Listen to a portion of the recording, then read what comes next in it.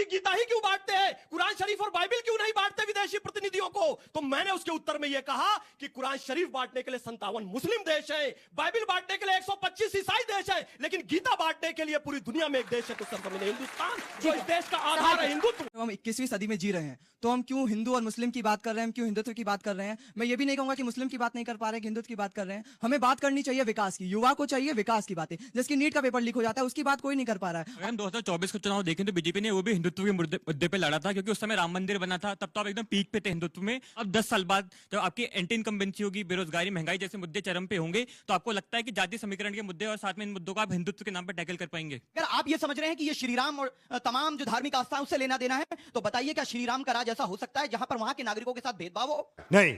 वहां की बेटियां सुरक्षित ना हो? क्या राम राज ऐसा हो सकता है? आप मुझे बताइए कि जहां पर महंगाई चरम सीमा पर हो और सरकारें काम ना करती हो, सिर्फ त्याग किसको करना है? आप पेट्रोल छोड़ दीजिए, आप चलना छोड़ दीजिए, लेकिन प्रधानमंत्री जी हवा में उड़ेंगे, अपने लिए कुछ भी नहीं करेंगे। हम कह रहे राम राज वो हो सकता है कि जहां तमाम लोगों के साथ भेदभाव ना हो, और यही भारत का संविधान कहता है।